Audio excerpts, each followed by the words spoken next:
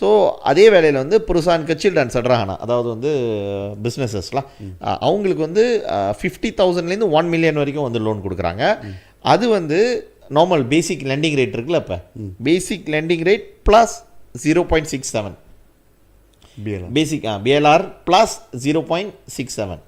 அது பேசிக் landing rate இப்போ வந்து எவ்வளோ இருக்குன்னு தெரியல, அரௌண்ட் 6 தான் இருக்கும்னு நினைக்கிறேன். 6 இல்லை ஏறி இருக்கான்னு தெரியல, பிகாஸ் ஏறி இருக்கு. ஸோ அதில் தட் மீன்ஸ் வந்து அதில் வந்து இல்லை அது வந்து பிகாஸ் ஆஃப் ஏன்னா அது வந்து ஏறி இறங்குறது என்ன சொல்லுவாங்க, நாட் ஃபிக்ஸ். ஸோ எவ்ரி இது வந்து ஃபிக்ஸ் வந்து ஒன்லி ஃபார் த மைக்ரோ. இதில் வந்து ஏறி இறங்கும்லாம், வட்டி காசு வந்து ஏறி இறங்கும். ஓகே, மைக்ரோ வந்து 5 வருஷம் வரைக்கும் 5 வருஷத்துக்குள்ளே அவங்க காசை கட்டிடணும். பிகேஎஸ் வந்து அதாவது எஸ்எம்இ வந்து 7 years வரைக்கும் அவங்க கொடுத்துருக்காங்க.